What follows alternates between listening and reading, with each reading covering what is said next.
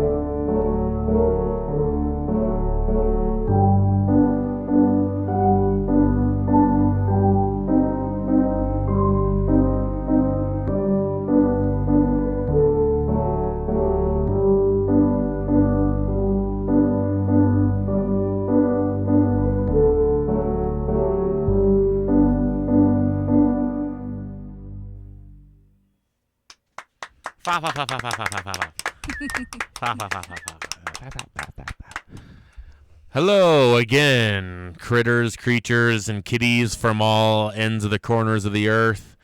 We are broadcasting live here from Gumption City, and we have our guest, Hana Masai. Okay, did I say it right that time? Not quite. Almost, though. Hana Masai. Hana Masai. Hana Masai. It's a Japanese name, first name and middle name. I am not at all Japanese, but my parents are linguists, so we all ended up with weird names. Oh, yeah. That's my parents are linguists, too. Nice.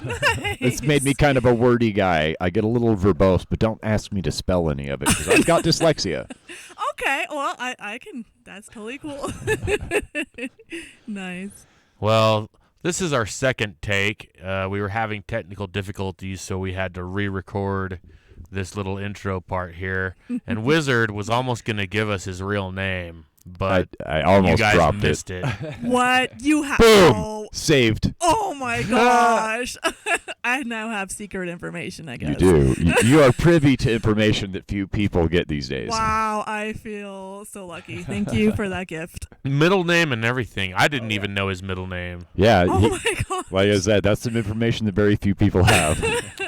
But we're not going to say it again. Okay. No, it's not happening. Will go with me to my grave. That's what happens. That's why the thing malfunctioned. It was like, Because nope. you were about to disclose some information. And it was not happy about it. It's was just a little too personal. Stop, start over, omit that part. Let's go. And now we got to throw away a fucking cable. Yep. End result, we got to throw away a cable. Don't Ask us about it tempt later. fate again. Whatever spiritual manifestation was actually fucked up our equipment. I was saying too much. like what happened with Art Bell. Yeah. What? Art Bell, you know who I'm talking about? No. He was a much more iconic radio personality than me myself. Oh, almost. Almost. Just like Good a save. little bit. Except for he was on AM radio, Nice. 570 AM, and he had this show called Coast to Coast, and they always talked about paranormal stuff, Oh, awesome. X-Files stuff, but real. Stuff. Legit. And it's still on, but Art Bell, the former host, I think disclosed some information that he wasn't supposed to, and I guess lost his gerb. Now he's gone. Now they got George Norrie. I'm pretty sure George Norrie still runs it. I haven't listened to that program in a very long time. Oh. But I would recommend it if it is still on. For those of you who like paranormal stuff, Yeah. they'll talk about anything from aliens to ghosts. And for all of you new listeners to our show, we love the paranormal around here. Oh, yeah. We even have a Halloween series where we specifically ask our guests to relate any paranormal stories. But it doesn't have to be Halloween to tell paranormal stories. Oh, we get scary stories all the time, Yeah, folks. scary stuff happens year round. Yeah. In fact, we might even ask you if you've got anything. I wouldn't say it's anything scary, but like, Well, what can you tell us about that song that just played? okay, I'm sure there's a story there. yeah, Right, yeah. I'm just gonna start out with I completely understand whatever I say about myself. 99% of people are going to think it's stupid or weird or I'm crazy, which I'm totally cool with. But I'm just gonna tell my experience as a human being, what I experience. Please do. Okay. So, since I was probably about 10, it was almost like a door opened and energy became it was like another sense, like another, it was just like all of a sudden the world shifted a little bit and all of a sudden I experienced things with my inner senses, I didn't have a mentor. It was, before the internet, so I couldn't go on the internet and be like, what's happening to me? And I didn't know anything about energy healing or Reiki or anything like that. So I was actually performing Reiki on my friends without knowing what I was doing. I would just be like, hey, I can tell you're hurting right now. I tell you're scared right now. Just come here and let me just, I would just like, put my hands on them or just like energy exchange with them and be like, just connect with me and, and I'll help you through this. And It's a real thing. yeah. And it just came very naturally. It did scare me too, because I didn't have a mentor. I didn't know what I was doing and things would get very dark because like anything can come through if you don't know how to shield yourself and things like that. So I did close that door when I was about 15 and I was like, I'm not ready. I'm not in the place. And then when I was about 38, which was about 3 years ago, I decided I had. You just told us your age. Yeah, I'm 41. I don't care. Like I'm at Sweet. I decided I had learned enough about discernment, learned enough about light and dark, things like that, and humanity and different natures of things that I was willing to open the door again. And it was the night that I opened the door and I said, that's it, I'm opening the door. It was like this massive shift happened. It was like I was literally convulsing. And How do you just open the door? You just say, I'm ready. Oh, Yeah. I'm ready. I know exactly what she's I talking see about. no door. Yeah. Thank you. Thank you. Only I never closed the door. Mm, I'm a really quick learner, and nice. it is brutal having to deal with everyone's energy around you. Yes. When you're so Yes. susceptible to it. Yes.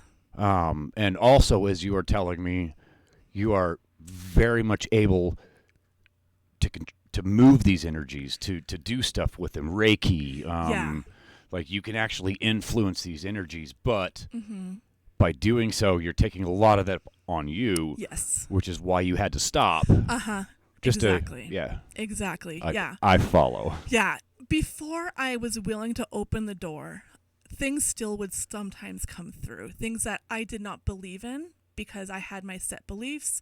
Things that did not align with what my set beliefs were, but they were still coming through. Yeah. And one of the things that came through, and sorry, I get shaky when I get this vulnerable. So if I start shaking, I'm sorry. It's Okay. quite all right. You're in a safe space here. Thank you. This is very, very deep to me, is my relationship with Mother Earth, and that we have a communication as well. The first time I experienced it was when I had massive anxiety and it couldn't go away, and I'm like, what's going on? What's going on? And just some reason, this is so bizarre, but intuitively I was like, Hana, you need to find a piece of grass, and you just need to put your chest on that piece of grass. And so I was literally in like suburbia. My sweet sister was... So it's hard to find that piece of grass. My sweet sister was watching my daughter, who was a baby at the time, and so I found a park, and I'm like, oh gosh, somebody's just gonna look at me laying down, face down, and I'm just gonna pretend I'm reading a book or something. I've had very, very similar experiences. Like even just taking your shoes off and Yes. standing in the dirt. 100%. So I put my chest on the grass, and I'm like, okay, I'm just gonna release into the dirt, into the earth, and then all of a sudden I heard a voice speak back to me, and it did not feel like just like, you know, a spirit guide or somebody that I know, but I just knew it was her. And she gave me exactly the advice that I needed at the time. Because I first was venting all my feelings, and then I just heard her say back, you need to be where you are. And I've had repeat of those experiences at other times where I'll find a place where I can stick my feet into the sand. Or Sand is my favorite. yeah, I go to the salt air a lot, and I'll just like try to become dirt, you know. And, Yeah. And I don't ever demand or expect an answer back, but I can at least use, like, it's a filter for your emotions. And then sometimes she'll just give me it's a tiny voice of the perfect information that I need to get through that moment. And That's beautiful. yeah, I'm so grateful for it, because what I come away from that every time is that if everyone in the world hates me, if everyone leaves me, I still have a friend, and she will still be there for me, and she's been there for me reliably. And so this song came about during a really difficult time. Some really crap was going down, and I went to the salt air. I did my ritual walking out to the water, you know, which is like a mile walk. That's part of the ritual, because you can like sweat stuff out. You can just like think things out. Walking, you know, is so healing and therapeutic. And I went there and I started venting to her. And usually when I do that, I'll get my little piece of information back. But it wasn't happening, and And I'm not going to demand anything, because I've learned when you approach the spirit realm, if you go there with expectations, you never come back. You come back with yourself, with your own biases, with your own, you know. Yeah. So I want to get truth. I don't want to get just myself reflected back. So finally it was like 2 hours in. I'm like, fine, I'll go home. It's like, you're not going to talk to me. I give up. I'm going home. Yeah. So I was about halfway back in that mile-long walk, and then she goes, see, you got this. And then this song came to me, the words of this song. So I'll just tell you the words, just because sometimes it's hard to understand when I sing. Well, plus the only version of it we heard didn't have any words. Yeah. Which So, I kind of like, to be honest. oh, I mean, it did thank you. remind me of soundtrack music. Yeah, that's That that's last song could have been put to anywhere from a death scene to a birth scene. Yeah. Thank you. Yeah, yeah. So the words are, and these, like, writing music and lyrics, it is a form of channeling, like, 100%. And Oh, absolutely. Yeah, the more I accepted that, the more it flowed, and so these words just came to me, and I don't know if they came from her, or if it was just because our hearts were connected enough at that moment that but it feels like these words are from a mother comforting her child. And so the words are, all will be well, the shadows expel, all will be well, my dear. Change is a beast you learn how to tame, but taming is earned through tears. And then release and be well. Crying is a cleansing spell. And then, yeah. So it just felt appropriate that would come from her. It didn't feel the same as it did when I normally talk to her, but, it just felt like those are the words that she would have given me. Oh, I absolutely. So, yeah. Well, thank you for sharing that with us. Yeah, of course, yeah. Oh, hell yeah. We should probably get on to another song. Yeah. Another little ditty. Yes, indeed. This is Hana Masai on KWJUDAS, Gumption City Radio.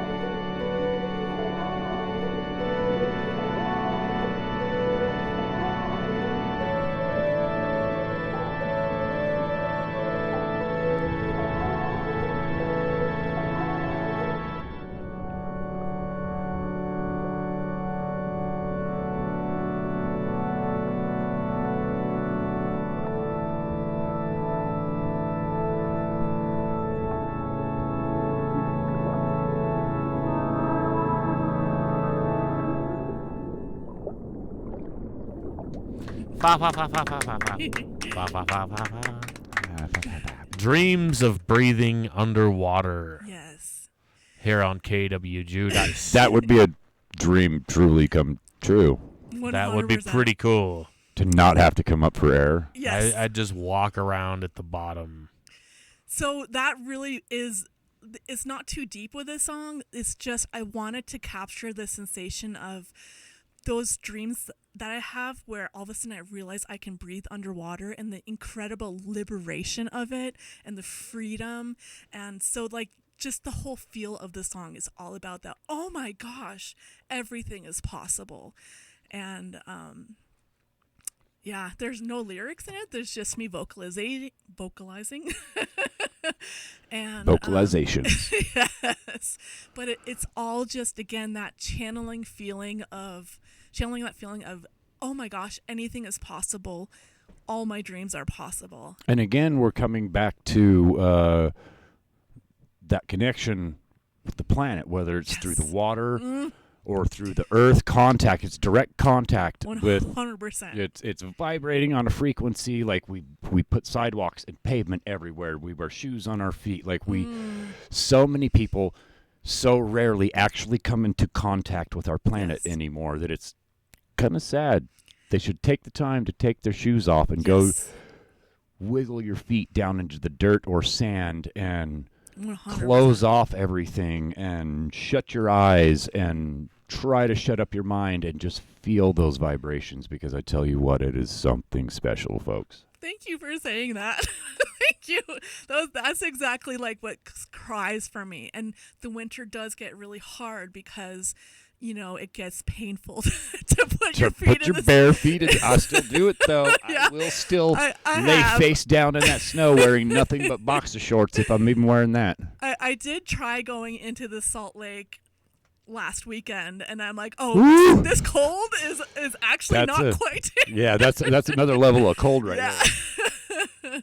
And so personally, then moving that experience into the weightlessness of being submerged in water, I think is why I've 100. always been so obsessed with swimming my entire life. Yes. I've always felt like a fish out of water. So being able to being able to breathe underwater. Mm-hmm. Like, are you kidding me? Yep. Like that, just the thought of that concept is like that would. I would never come up for air. No, me neither. I wouldn't come back. Bye, y'all. Yeah, like even on my first date with my husband, I said, "By the way, I'm a mermaid," and Nice. the fact that he just accepted it was like, okay, we're cool. That's dope. That's dope. Yeah, we would watch all the mermaid shows together too, and he loved them too, so it was great. I love it. Yeah. All the mermaid shows. Yeah. How many is that? Oh, you'd be surprised, Yeah. Judas. Oh, even the stupid ones like H2O. Oh. It's like a Australian Disney. I don't know. I met a guy at Element 11. No, not at Element. This was at Building Woman. And he's a professional mermaid trainer. I literally cannot watch professional mermaids because it hurts so much to watch them doing that like it like tangles me up, because that I follow all of the professional mermaid the Mer Taylor and the Fin folks and the ones who make the professional tails, because that is one of my goals. My husband and I both got mono fins. Oh, wow. Which is what I've used one once. Nice. Being as into swimming as I have been, like I grew up in Florida and used to go snorkeling and scuba diving for sponges with my dad growing up. Oh my gosh. I'm talking about 8 years old going snorkeling for sponges. Tarpon Springs? Yeah. Have you been there? I have, yeah, Oh my absolutely, gosh. absolutely. We would go there every year with our family and watch the Sponge movie that they had at the museum there. Yeah. A sponge movie. I Yeah. bet that's exciting. So, I mean, my dad has a fantastic story about, I don't think it was that exact area, but it was close. It was somewhere in that area, but he was going out with some of his college buddies after school, make a few extra bucks, go out and collect some sponges because it's like good money. Yeah. Do people eat them, or do they use them as actual sponges? As sponges, bro. Like the Bleeding. weird, gnarly brain-looking sponges you see in the store, those are grown in the ocean.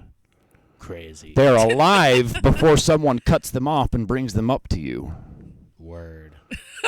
No joke. Like I'm not even joking. They're very live creatures, and once you cut them down, they become spongy. Huh. Like dead fucking serious. So my dad and some of his college buddies were just off the coast of Florida, sponge diving to earn a few extra bucks, and came across this suitcase full of money. What? Like What? tens of From all thousands the of dollars in it. So they turned it in. They turned it into the police department, like a good person would. Yeah. Because if you find something like that and turn it in, and they never link it to a crime, or no one ever comes to claim it, you then get to go claim it back. Are you serious? I'm dead serious. I've That's had a it real happen thing. Before. I found $50 and we turned it into the city. It was only $50. Yeah, but still. But no one claimed it. No one's going to go to the city. Then you get to go back $50. and get it back if you turned it in. Like That's awesome. being a good person can pay off. Yes. Like karma's a real thing, people. Yeah. Well, that's Just treat people like you want to be treated. So yeah, the wild experience. They find all this money and turned it into the police department, and no one ever claimed it, and it was never linked to any kind of crime. So he and his 4 buddies got to split all this money. Sponge diving. I don't know why I was just talking about swimming. That's awesome. But now that's a dream too. Yeah, absolutely. That is something that would happen in a dream. Yes. I don't know how many times I've dreamt that I found money or found, I don't know, copious amounts of weed or booze or whatever, and then you wake up like, oh. Yeah. Knew that was too good to be true. Dope. Word. Well, let's get into another song, shall we? Perfect. I would love it. This is Hana Masai on KWJUDAS, Gumption City Radio.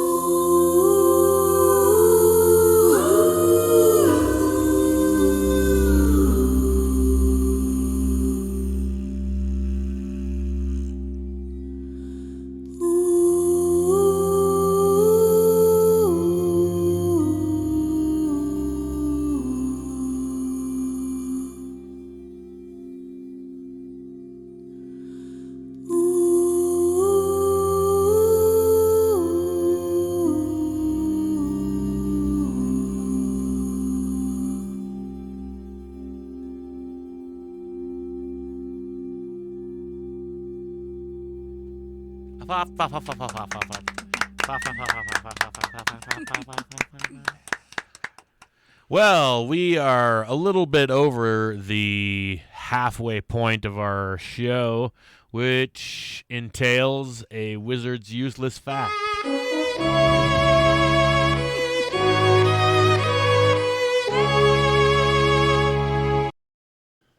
The human body, after dying, can swell up to 3 times its normal size, especially if you die in a body of water. Yeah, I 3 knew that times. about water. The imagery of that. Wow.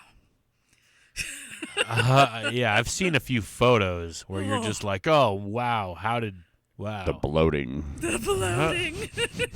That sounds like a horror movie. The bloating. That is bloating. all right. That is a great horror movie title. The bloating. It's about a water creature that surrounds you in all directions. You just bloat. But yeah, 3 times. 3 times its natural size. That's absolutely nuts, in my opinion. Yeah, that is. That's pretty crazy. So your eyeballs get 3 times the size. Yeah. Oh, Your eyeballs are already way bigger than you realize. Right. But they pop out, at least in some photos I've seen. Yes, they can. Oh God. It's pretty grody. Wow. I've seen a kid's eyeball knocked out by a snowball. Really? Like Out? all the way out? Dangling? It was hanging on his cheek because it doesn't just disconnect. It's not like your eyeball would just pop out and it's gone. Yeah. He got hit in the side of the head, right on the temple, by a snowball that some kid had packed with an ice ball in the middle of it, and like contact right on the side of his head. And he whipped over and come back up, and his giant eyeball was just hanging on his cheek. That's crazy. It didn't even make him go blind. They took him to the hospital and they put his eyeball back in his socket, and he was good to go. Well, I'm a dog groomer, and sometimes that happens with dogs, and they just pop them back in. Really? I've never seen it. Wow. I've never experienced it, but Shih Tzus, their eyeballs just like to go a little further out. You can pop them out, just put them back in.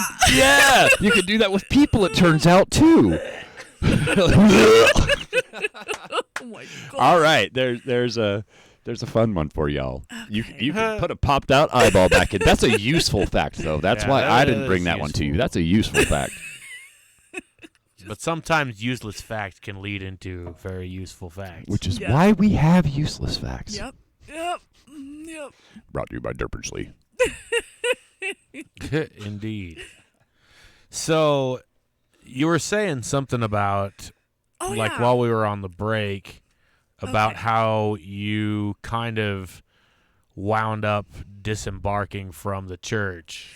Yeah, so I kind of left off with my experience of the night that I opened the door, and I left on Right. a weird note saying I was Yeah. convulsing, but that's not really the right way to put it. Like, the body and the spirit are inseparably intertwined. Like, the spirit can affect the body, and the body can affect the spirit. Like, that night, I think it was me releasing a lot of personally held beliefs and like self-limiting beliefs, and because it takes energy to close the door and keep it closed, and then it also takes a lot of energy to be willing to open it, and my body, my muscles, it was my muscles that were like, it was like I don't know, maybe stretching is not the right word, but the feeling of when you stretch and you release, and my muscles were releasing a lot of ideologies that I held.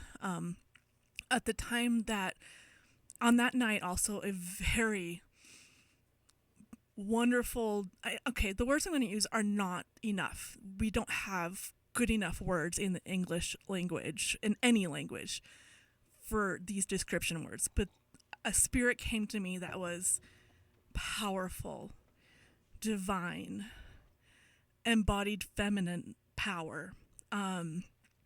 If I were to give her a name with my understanding at the time, I would say Heavenly Mother. I would say, I don't know, something that was pure light. Divine. Divine goodness. It was, with all the discernment that I had learned at that time, utterly good, and understood my path better than me. And we had a long conversation. And part of the conversation, a lot of it revolved around music. that and that I would have to, oh gosh, sorry, it's really it was a really intense experience. No, you're good. But a lot of it was around music, and that I needed to pursue this. I needed to give more energy and attention to that, and also just a reframing of reality. On when we were close to being done with our conversation, first she said, are you willing to go down this path, even if it means leaving the church? And at the time, 100% invested, 100% a part of the church. Honestly, being in the church was very helpful to me because it let me close the door. It let me put my spiritual autonomy in someone else's hands while I was not ready to have it myself. But it also... sense. Well said. Yeah, but it also...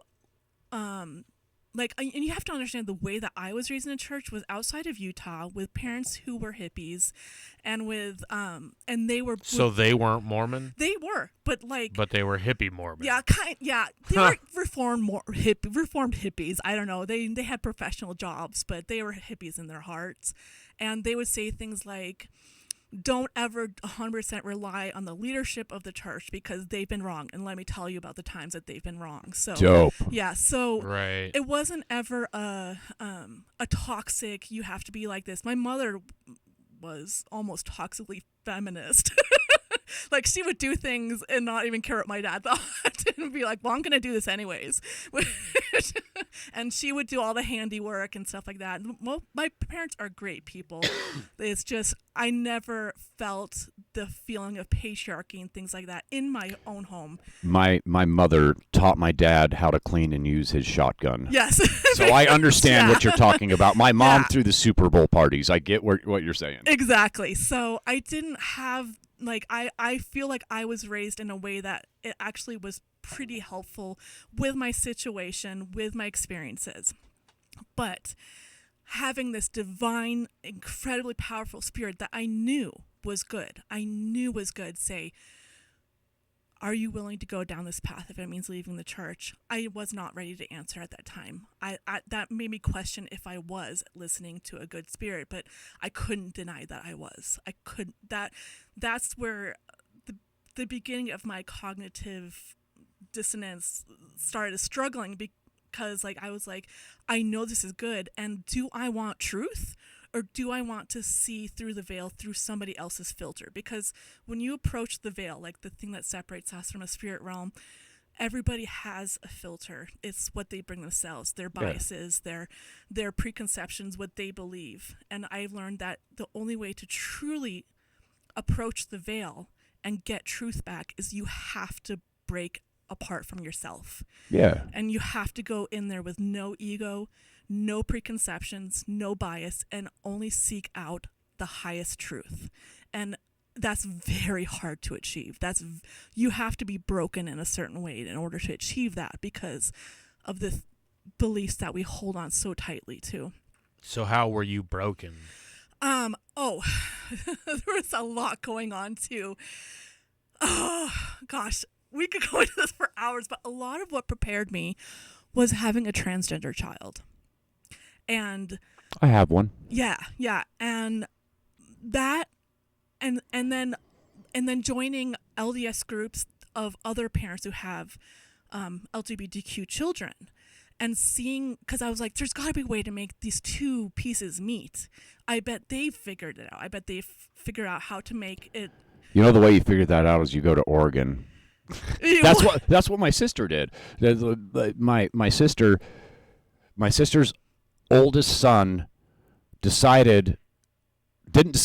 knew that he was she. Yeah. And went to my sister and was like, Mom, I'm not comfortable, like, in these clothes, like, with this name, 100%. with this, like, put upon me. And my sister was like, okay, we're moving out of Utah. Nice. And they went to Oregon. It was like, we're not going to put you through the torture that the trans people have to go through. Yeah. Like the LGBT community struggles especially in Utah County. Yes. And that's what I saw, was I saw that those two pieces were not able to meet at all. Like, you can either there are people who are LGBTQ who are still active, but Good for them. what the what the doctrine does to them and makes them believe about their core authentic selves, the way that they were created to be in this earth, the self-hatred that the self-hatred that they develop because of it. I can't imagine hating the way I love someone, and the incredible agony of that you can either pray to be alone the rest of your life, or a lot of people end up praying that they die quickly so that they're out of the agony, and they do end up. Ideation's a bitch. Yeah, it's and I saw that the fruit of that doctrine was rotten. And That's a good way of putting it. yeah. Yeah. Queasty. And it was, I would not have known that if I didn't try to make those pieces meet. And I mean through the internet met all these other mothers and their children who are trying to make it work, and then seeing the incredible fallout of that. And that allowed me to be broken to the point that I was like, I don't know anything anymore. I can't make these two pieces meet. I need to figure out what's truth. Like and that was what allowed me to get rid of myself and approach the veil without myself. And so Seriously, thank you for sharing that with us. yeah, of course. That's a lot. Yeah, You just it bared was yourself a lot. to us. Thank you. Yeah, and then on the way home from that experience with that divine spirit that came to me, she said, while I was driving, she said, put your hand up and feel the static. And because as you move, you're moving through static. And that's when I started to gain back the ability to feel those energies. And she said, you'll also have a guide. And I did get that guide. And it was the woman who taught me. She took me through up to master level Reiki.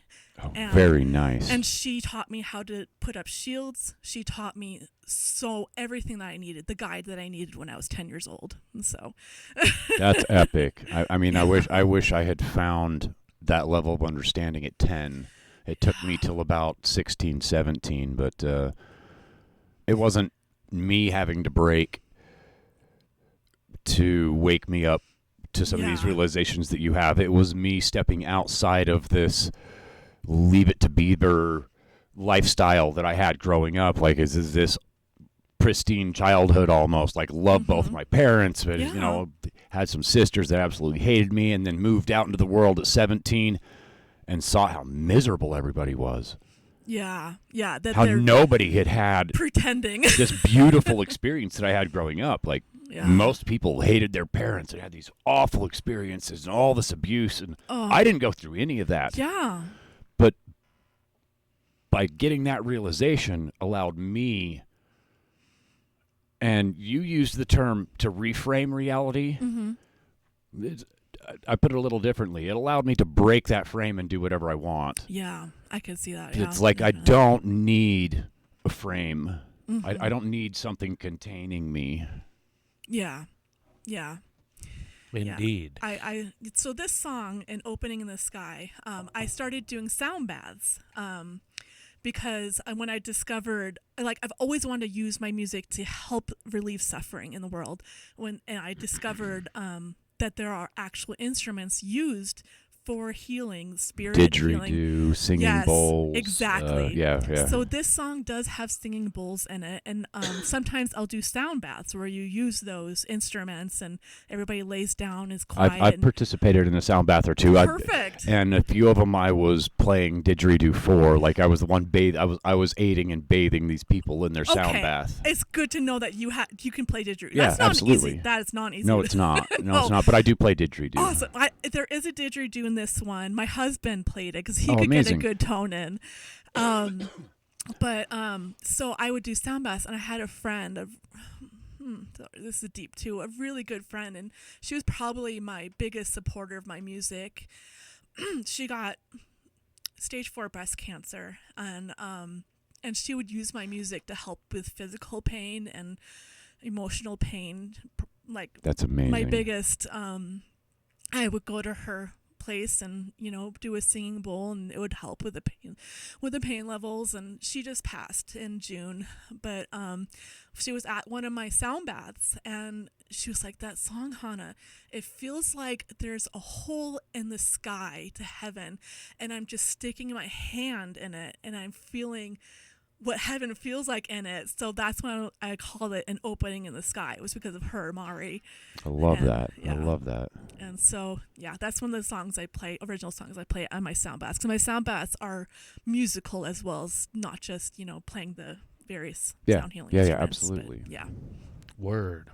Well, we're almost to the end of the show now, and we still got 3 songs to go. Okay. So we're going to play these 2 short ones right next to each other. Perfect. They don't have great stories with them anyway. And then end with this there last you go. That one. helps. Okay. This is Hana Masai on KWJUDAS, Gumption City Radio. Thank you all so much for being with us tonight.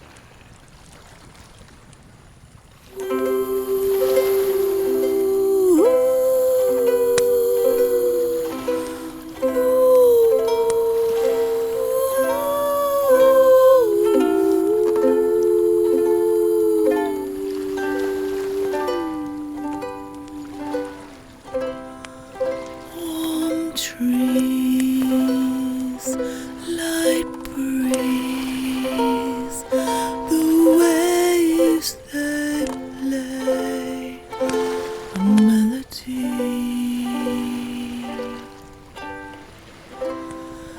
I like the way you stand to the fire with ease.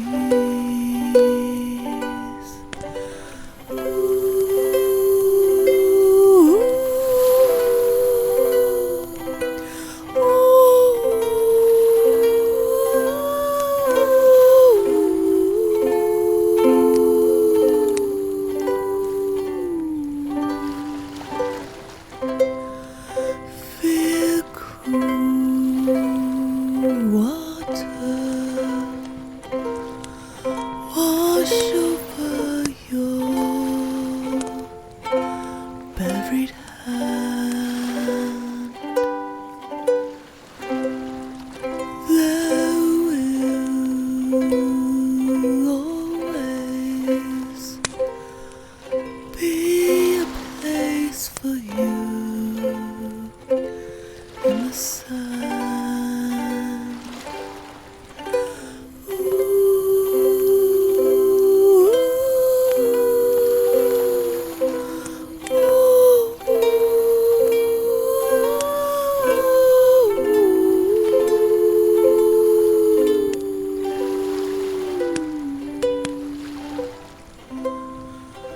Always, always.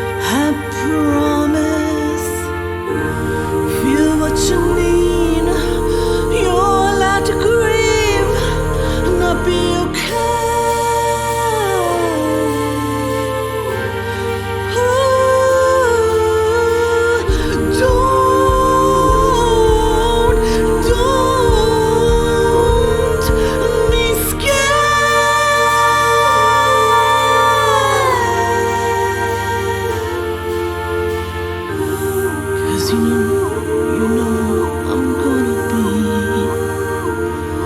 right there.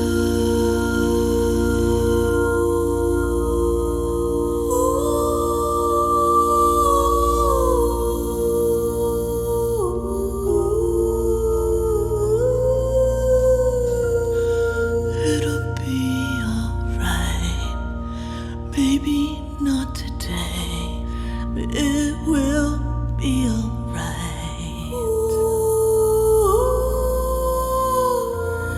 It'll be alright. It will be alright. Lay your head down, darling. I'm here.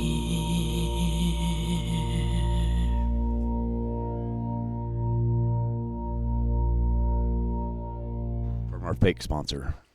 Well,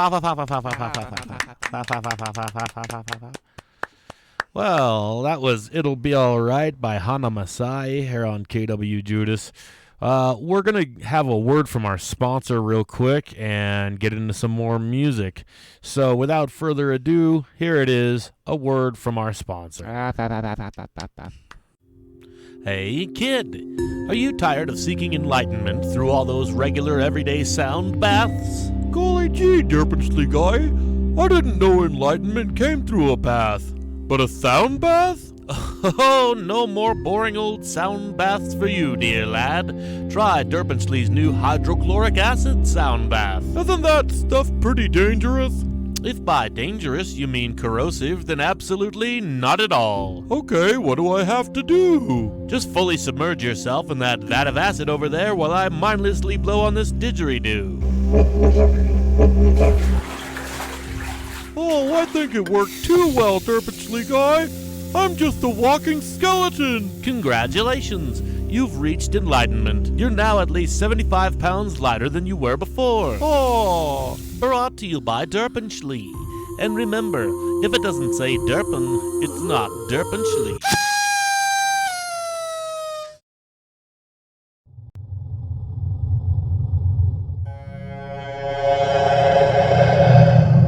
Well, that was a word from our sponsor here, without whom KWJUDAS would not exist. Derpinsley, thank you for the peanut shells. Indeed. So we got one more song. Before we go, is there anything you'd like to plug? Like, where do we find your music? Yeah, so I'm on all the streaming services, whether it be Spotify, Apple Music, all those things. Just look up Hana Masai, Hana, and then Masai. Hana Masai. I'm also on all the social medias, mostly TikTok though. So, Mostly TikTok. Yeah. I'm trying to get into TikTok. I've been trying not to get into TikTok. yeah, it can But be. I don't people keep want to. slowly dragging me Yeah. in there. I'm like, no. I really hate how many social Another media platform. platforms. Yeah, you want me to there adapt to are. another platform? I just finally got used to Facebook. Right. Yeah, it's a lot. And I'm hoping that eventually Elon Musk just drives Twitter just into the got used to ground. MySpace is what I meant to say. Oh, Right. I have bad news for you.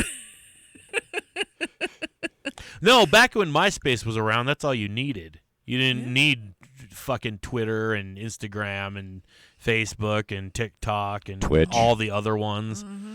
It's just all you needed was MySpace. But My things space have was done all changed. You needed. All right. So without further ado, here's our final number. In the Beginning. Yes. Is there anything you want to say about this song? Yes. So this is there's a way that I sing in order to kind of go into that meditative space to connect with the earth. And this song, I wanted to write a song with that. There's a, ooh, sorry, I can't do it right now. You guys are all looking at me. I'm very vulnerable. I can look the other way. Wait. You'll just hear it on there. Okay, I'm sorry. You're good. No need to apologize. Okay, it's a rhythmic way of singing, and that's like when I'm by myself and trying to connect with the earth. I even just to like be like thank you and things like that. That's how I sing, and I wanted to do a song where I was also calling back from an echo. So there's me singing it, and then there's the echo singing it back. And I was like, okay, I'll just have a song where it's just kind of you just go into that deeper and deeper meditation. But it turned into something completely different. It became like, again, music is channeling, and that's not what the song wanted to be. The song wanted to be me as an observer watching the earth be created. So it starts not very loud. It starts, but with this power, this like primitive power, magic, like just the magic and the chaos and the power of that moment of all the pieces coming together, clashing together, weather coming, storms, there are storms in it, and then it ends with oceans. So it ends with ocean sound. And and while I was writing it, I felt truly in this trance state where I felt like I myself in this position was in the universe watching it happen and just an observer of it. And that's how In the Beginning came. So that's why it's called In the Beginning. Yeah. And we're playing it at the end. Yes. I was going to say, we're waiting Totally till the makes very end to, begin, which does make a lot of sense. Yes. On this show, it does. Yes. In the Beginning, here by Hana Masai on KWJUDAS, Gumption City Radio. Thank y'all so much for being with us tonight, and have a pleasant tomorrow.